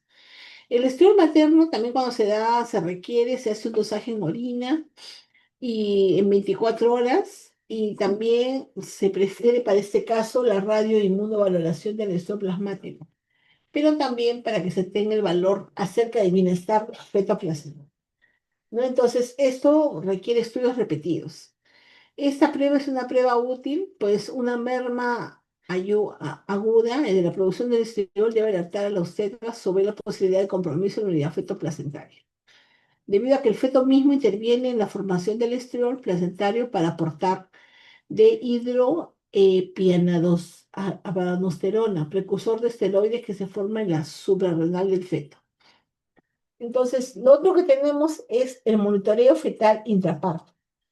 Este monitoreo fetal intraparto nos pide, va a permitirnos que el embarazo pueda detectar latidos cardíacos fetales y movimientos asociados a las contracciones uterinas. O sea, va a haber la respuesta en contracciones uterinas de estos latidos cardíacos fetales y movimientos fetales. Lo que se pueden tomar son durante el embarazo el non-stress test, que por eso se llama NST, o test no estresante, no estimulado, ¿no? Que también se llama NST. Otro es el ST, que es el estrés test, ¿no? O prueba de poseo, o prueba de las contracciones, ¿no? Entonces, esto de acá son pruebas que nos ayudan a establecer la condición o situación del bebé. ¿Cuál es la duración del parto, no? No, perdón, durante el parto, ¿qué cosa es lo que chequeamos? Durante el parto vamos a encontrar también el monitoreo fetal electrónico, que es un intraparto continuo, y también tenemos el intermitente. Hay que tener cuidado porque muchas veces no queremos sentarnos a escuchar latidos, no queremos estar parándonos a agarrar el monitor y estamos dejando la paciente conectada, enchufada y amarrada en un lugar para que no se pueda mover, ¿no? Fija, con las fajas imposible moverse, cuando deberíamos permitirle una libertad de movimiento que le ayude a mejorar su trabajo de parto. Entonces, durante el parto, ella alguna vez está con un monitor continuo por el temor que tiene el personal y los problemas que puedan presentarse, y ya no tiene que estar parando de escuchar latidos, está amarrada al latido y va a escuchar todo el tiempo, ¿no? Entonces, para ellos es una forma de asegurarse, pero no entienden que la necesidad de la paciente es deambular para mejorar sus condiciones.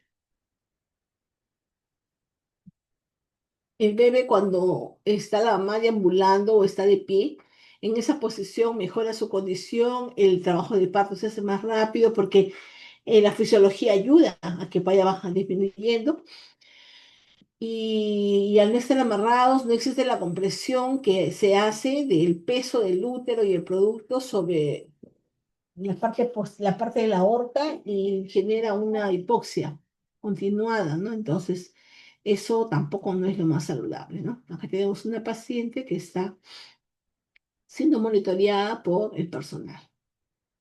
El perfil físico es la prueba que se va a realizar, este ultrasonido usado para evaluar el aporte de oxígeno a determinados órganos blancos. o como se puede llamar también la prueba de Manning, que se da ante la sospecha de hipoxia fetal crónico, sufrimiento fetal crónico. También tenemos la observación conjunta de variables fetales a través de la ecografía y del movimiento electrónico.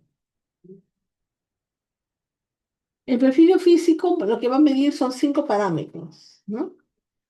La cantidad de líquido amniótico, el tono muscular, el movimiento respiratorio, los movimientos corporales y el NST, ¿no? O sea, cómo responde. Cada uno de estos parámetros tiene una puntuación de 0 a 2 puntos. El mínimo puntaje será 0 y el máximo puntaje será 10. ¿Qué más tenemos para poder evaluar esta gestación? Tenemos la ecografía Doppler color. La ecografía Doppler color dice, traducen las velocidades medias del flujo de vasos sanguíneos, ¿no? Entonces, esta ecografía Doppler lo que va a medir son las arterias, la velocidad del flujo para ver las condiciones, si se puede esperar o no, ¿no? Este tipo de ecografía Doppler color nos va a ayudar en caso de sospecha de hipoxia crónica, RCI o hipertensión. Y el color va a reflejar la dirección del flujo sanguíneo respecto al traductor, ¿no? Entonces, esta es la prueba que... Muy bien.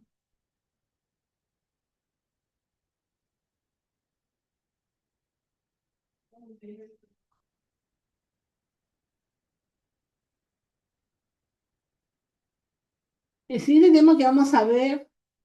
Ah, pero ya lo hemos visto ya. Ajá.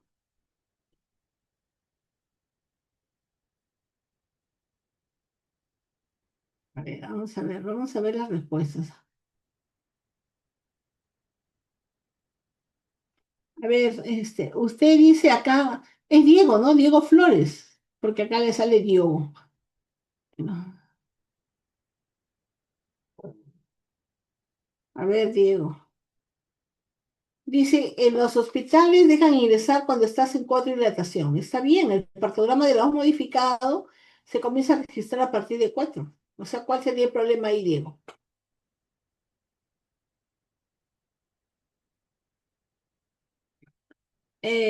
Miren, de todo esto, aparte que hemos avanzado hoy día, lo más importante es que ustedes puedan establecer bien cuál es la situación eh, que van a poder manejar. Ustedes tienen que, primero, hay que comenzar a trabajar la parte emocional de nosotros. No, o sea, yo no puedo llegar a trabajar en una condición que esté, em, que le digo, tratando mal a mis pacientes. ¿Por qué? Nosotros necesitamos trabajar con mucha empatía. ¿Qué cosa es la empatía? Si yo les pregunto, seguro que todos me van a levantar la mano y me van a decir que es empatía, porque no es un término, no es una definición difícil, es algo que trabajamos siempre. La empatía es ponerse los zapatos de otra persona. Sí, ok, de acuerdo, total. Pero ¿qué pasa cuando muchas personas llegan a la consulta viniendo desde lejos, gastando su último taxi, quedándose con 2 soles para volver o sin nada, tal vez, ¿no? Entonces, llegan al hospital y se supone que los han citado a las 7. Cuando llegan, ahorita te explico, Cintia. Cuando llegan, se dan cuenta de que a las 20 pacientes que les toca el día de hoy, el turno, a las 20 las han citado a las 7 de la mañana. Bueno, y van a ir atendiendo a la segunda orden de llegada. Ya, bueno. Pero resulta que el personal que le toca esa consulta debe entrar a las 7 de la mañana. Y resulta que a las 7 de la mañana recién está llegando 7:10 a marcar. Entonces, no puede estar a las 7 en su punto de partida de atención. Se va, marca. En el camino, cuando está yendo a cambiarse, se encuentra con una colega, con otra colega, se saluda, conversa. Llega a su cambiador, 7:20, 7:25. se cambia con saludando a todas con toda la paciencia.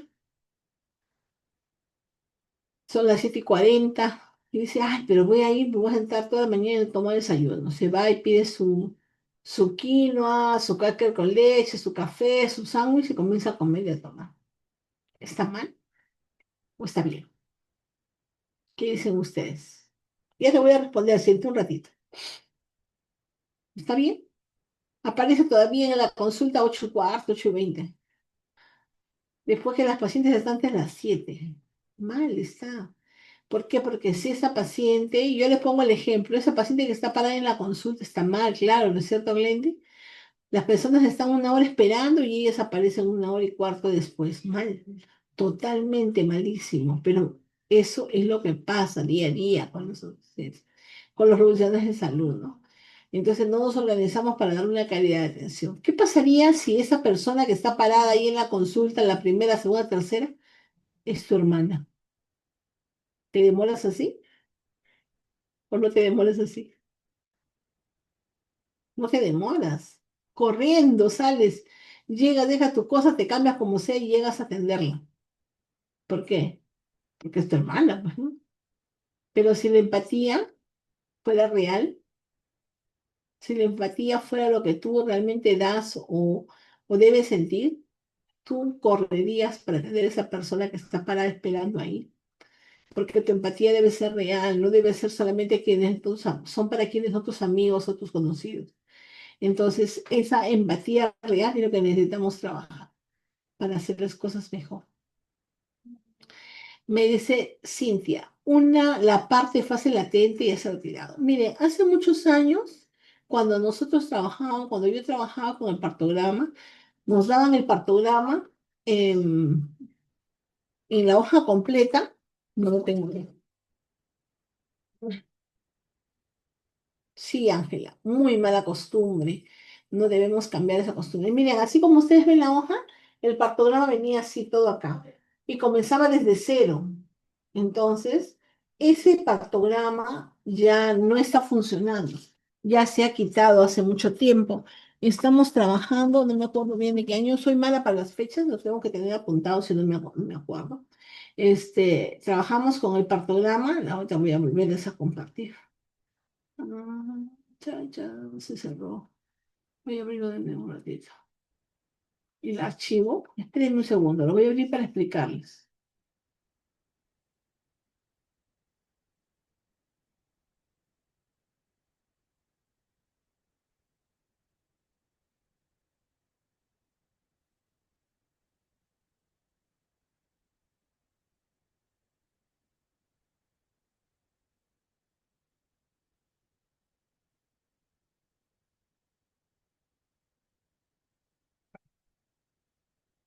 Les voy a explicar para que quede clara la pregunta, porque si no después no saben, estamos mal. Miren, acá volvemos a ver esta vista acá. Por acá tiene un programa.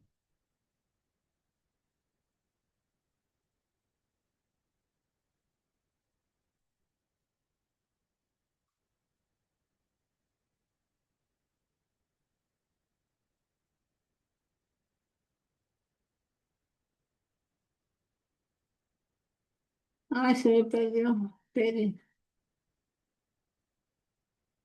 para explicarles bien.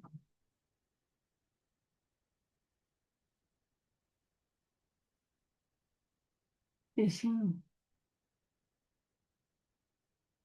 espérenme.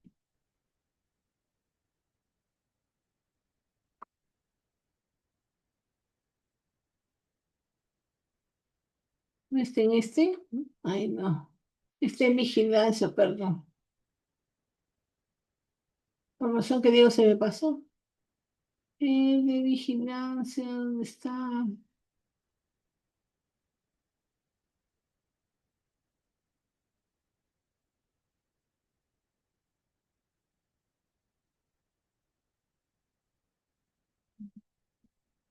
Ya, este tiene 16, ya ahora sí, este.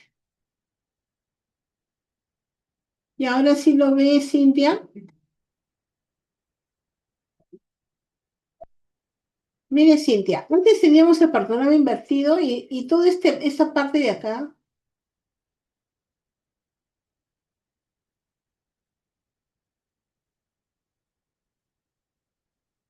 toda esta parte que era contracción, estaba a lo largo, en la hoja invertida. Entonces comenzaba de cero.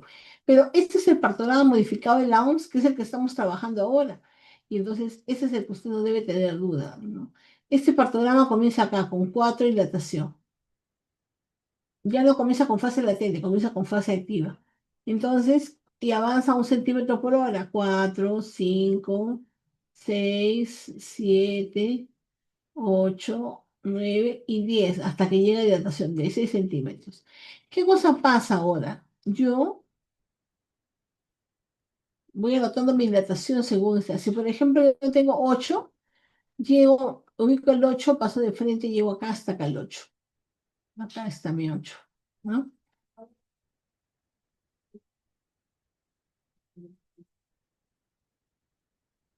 ¿No?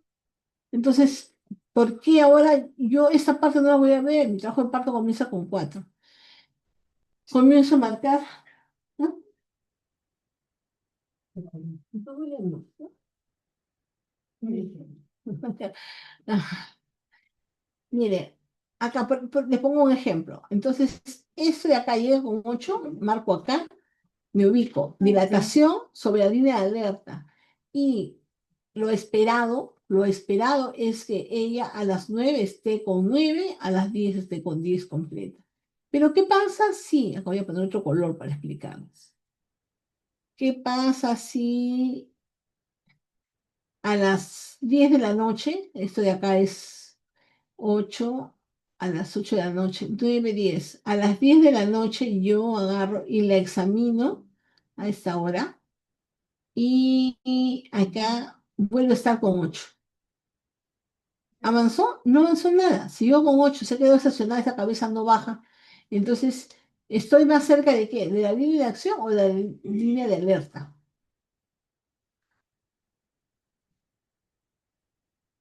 Esta evaluación con 8 está más cerca de la línea de alerta o de la línea de acción. ¿Qué dicen? ¿Me están viendo?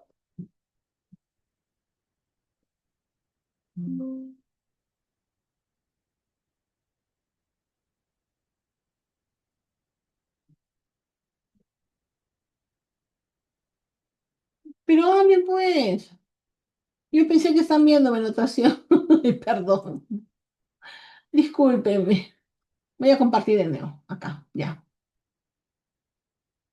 Mire, acá este partograma modificado de la... Yo, a ver, ¿qué me ha puesto acá? No se ve, no se ve, no sé. Es que cuando estoy en el otro, cuando estoy en el otro no puedo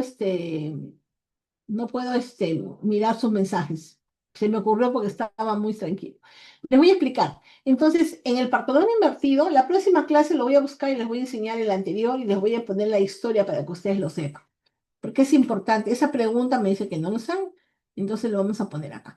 Miren, en el partograma invertido antes comenzaba en cero.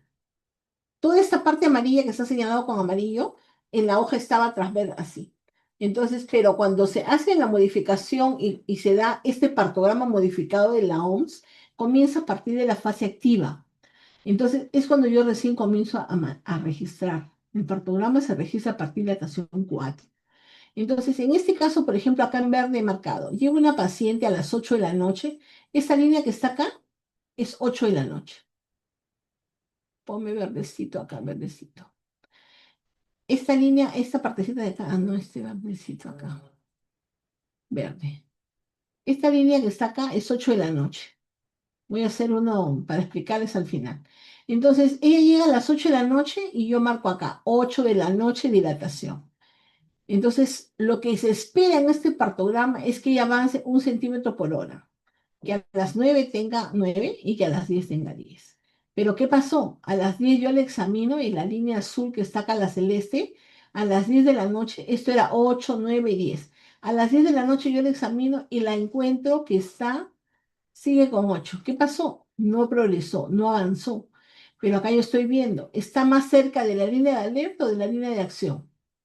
¿Qué dicen?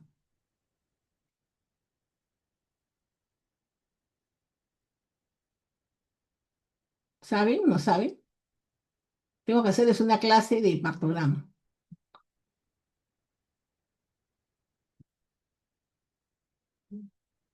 Alerta, acción. ¿Qué dicen? A ver, vamos.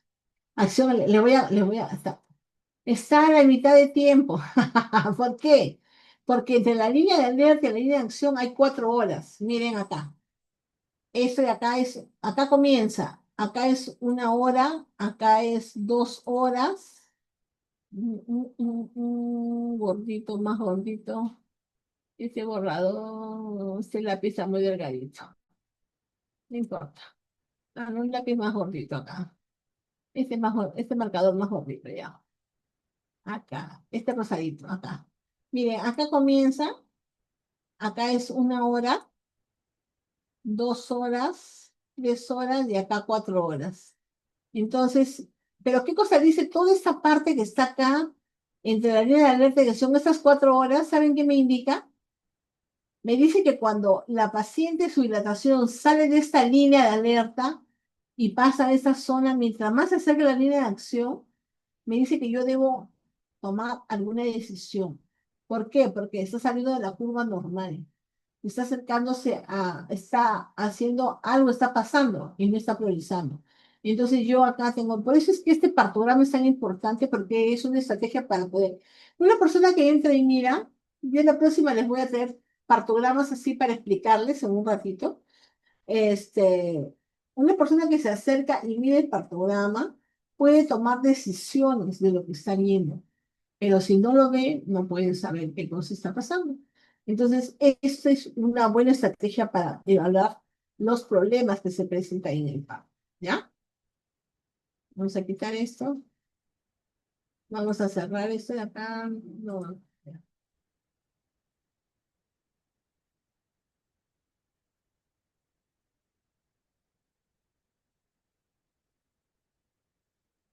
Diego, ¿me volviste a preguntar lo mismo? No, a ver. Línea de acción. Estamos a la mitad, como le dije. Alerta o acción. eh, ¿Ya? Entonces, nosotros tenemos que evaluar varias cosas para poder tomar decisiones.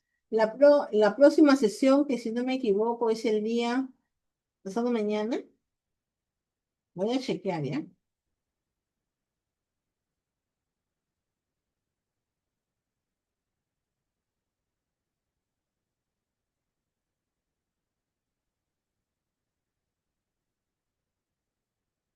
A ver, los horarios, ando siempre tan a full, pero una de las cosas que el jueves 4 de junio, ya, está bien.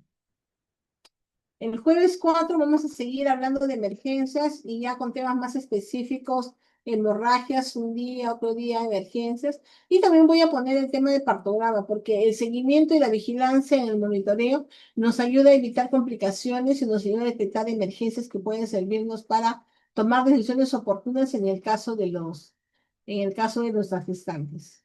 ¿Alguna pregunta más? Línea de acción.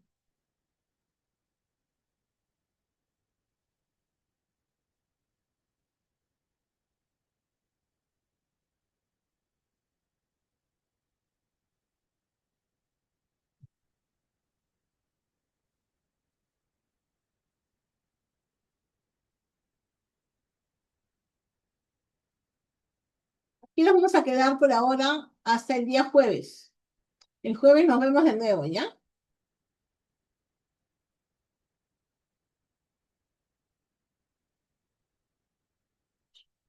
Gracias, Selva. Espero que haya quedado claro. Tenemos que evaluar, tenemos que trabajar con mucha empatía.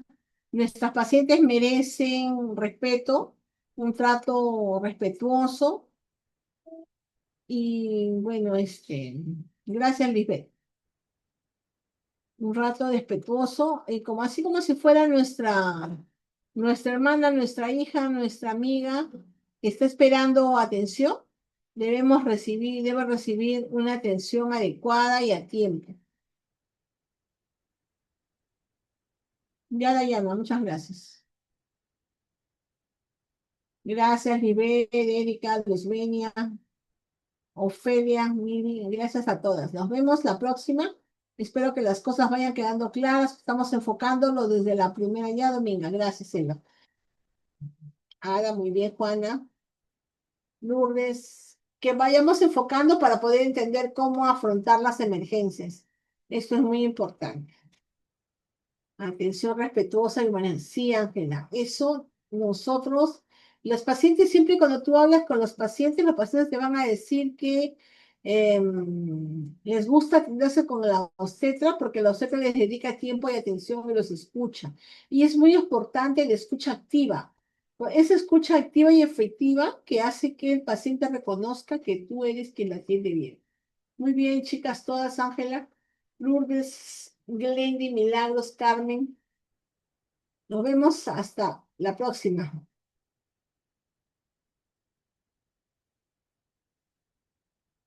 Ya, Juana, está bien. Que tengan una buena noche, que puedan. Chao, Eva. Gusto de conocerlas por acá.